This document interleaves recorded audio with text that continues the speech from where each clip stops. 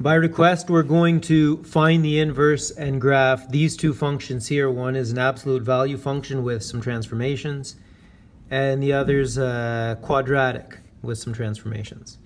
So let's do this one first. So the first thing we do to find an inverse function is number one. We always want to label everything because we switch equations in Leibniz notation, so it's important to keep things labeled. So number one, our function f, we'll write in Leibniz, y is equal to 2, x minus 2 plus 1. Our second step is once it's in Leibniz notation, you swap x and y, and that gives you the inverse function. So I'm going to write an x wherever there was a y and a y wherever there was an x. That will be the inverse function. So my inverse function is defined as x is equal to 2 times the absolute value of y minus 2 plus 1. Now we could say we're done if we would accept defining the function implicitly, but we want to define it explicitly, meaning we want to state what y is equal to. So we've got to isolate this to get y by itself. So the first step is simple enough. X minus 1 is equal to 2 times the absolute value of y minus 2. And x minus 1 over 2 is the absolute value of y minus 2. Now right away, we can state some restrictions on our x value. If x minus 1 over 2 is the absolute value of y, and we know that the absolute value of any number is always positive, from that we can deduce that x minus 1 is always positive, or at least never negative. So we can say right away at this point that x minus 1 is always greater than or equal to 0. Because if this was negative, that would mean the absolute value of y minus 2 is negative. But by definition, an absolute value is always positive.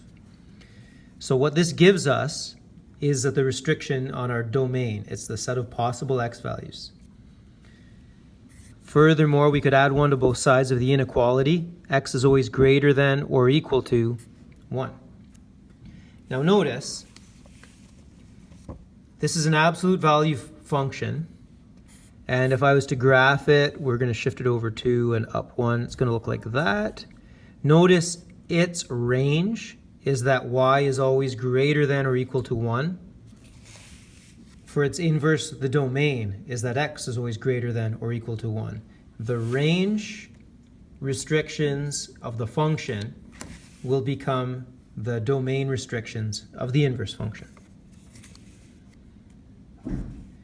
Now when we get rid of the absolute value signs, we come up with a plus or a minus. So to get rid of the absolute value sign, we've got y minus 2 is equal to plus or minus x minus 1 all over 2. Let me quickly explain that. This often trips people up. Let's suppose that the absolute value of x was equal to 3. To get rid of those signs, what do we know with total certainty if the absolute value of x is 3? We know that x is either plus or minus 3.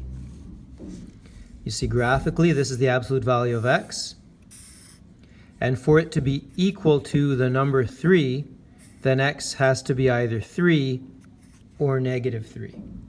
Or likewise, if you feed a 3 or a negative 3 into here, you will get a positive 3 out. For that very same reason, when we get rid of our absolute value sign, whatever it's equal to, we could have a positive or negative version of it. And again, we have this restricted domain where x is greater than or equal to 1. So this splits into 2.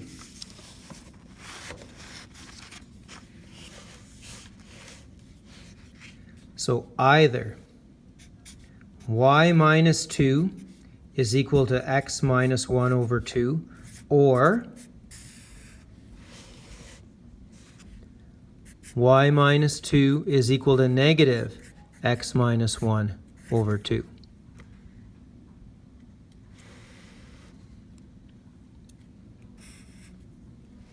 So as we proceed, y is equal to x minus 1 over 2 plus 2, or y is equal to negative x minus 1 over 2 plus 2. Okay, I'm going to do a little bit of arithmetic to this fraction. I'm going to divide each of those terms by 2.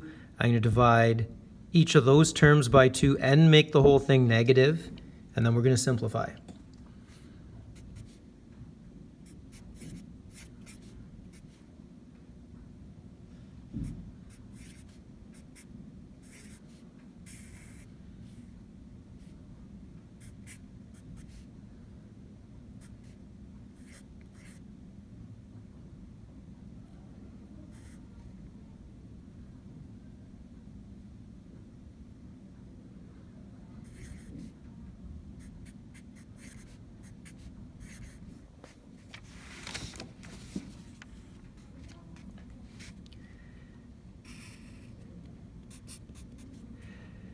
Okay, so this is 1/2 of x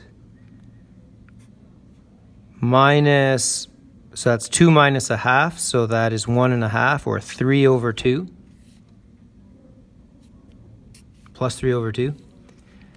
And this is minus x over 2 plus 1/2 plus 2, which is 4/2, so that's plus 5 over 2, or 2.5. So this is 1.5. Here we're adding 1.5, and here we're adding 2.5.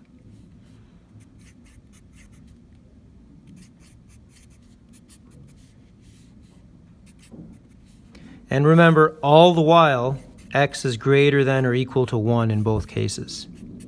That's our restriction on the domain. So when we go to graph this out, we have an intercept of 1.5.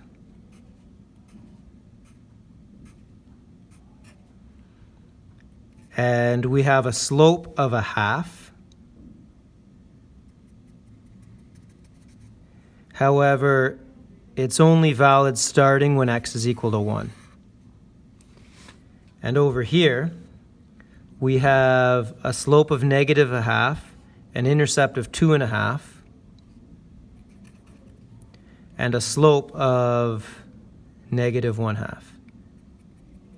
Now it's only valid starting here, starting out when x is equal to 1. So these two functions together are the inverse of the absolute value of x minus 2 multiplied by 2 and then add 1. Now its graph looks like this. A little steeper. It looks like this.